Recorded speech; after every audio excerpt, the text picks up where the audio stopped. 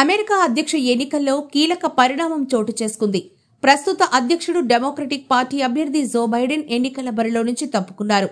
దేశ ప్రయోజనాల కోసం ఈ నిర్ణయం తీసుకుంటున్నట్లు ఎక్స్ ద్వారా ప్రకటించిన బైడెన్ ప్రస్తుత అధ్యక్షుడిగా పూర్తికాలం కొనసాగుతానని వెల్లడించారు.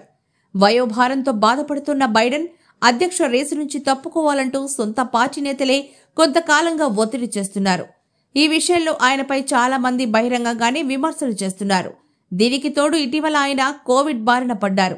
ఈ నేపథ్యంలో బైడెన్ ఈ నిర్ణయం తీసుకున్నట్లు తెలుస్తోంది. అయితే తన స్థానంలో డెమోక్రటిక్ అధ్యక్ష అభ్యర్థిగా కమలా హారిస్ కు పూర్తి మద్దతు తెలుపుతున్నట్లు బైడెన్ తెలిపారు.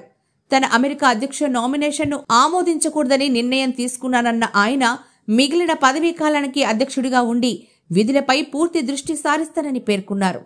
2020లో పార్టీ ఉపాధ్యక్షురాలి అభ్యర్థిగా కమలా హారిస్ ను ఎంపిక చేస్తూ తీసుకున్న నిర్ణయం ఉత్తమమైనదని భావిస్తున్నానన్న బైడెన్ ప్రస్తుత ఎన్నికల్లో అధ్యక్ష అభ్యర్థిగా ఆమెకు పూర్తి మద్దతు ప్రకటిస్తున్నట్లు వెల్లడించారు. డెమోక్రటిక్ నేతలందరం కలిసి ట్రంప్ను ఓడించాల్సిన సమయం వచ్చిందని, ఆయన్ని ఓడిద్దామంటూ బైడెన్ పిలుపునిచ్చారు.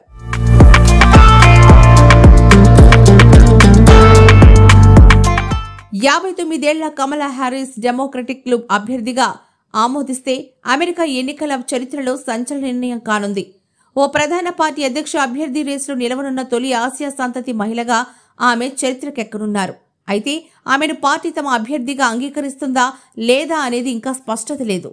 పార్టీ నామినేషన్ కోసం సీనియర్ డెమోక్రాట్ల నుంచి ఆమె సవాల్ ఎదుర్కొంటున్నారు.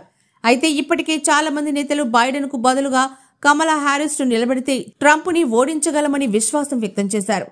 ఇది కమలా హారిస్ కు సానుకూల అంశం.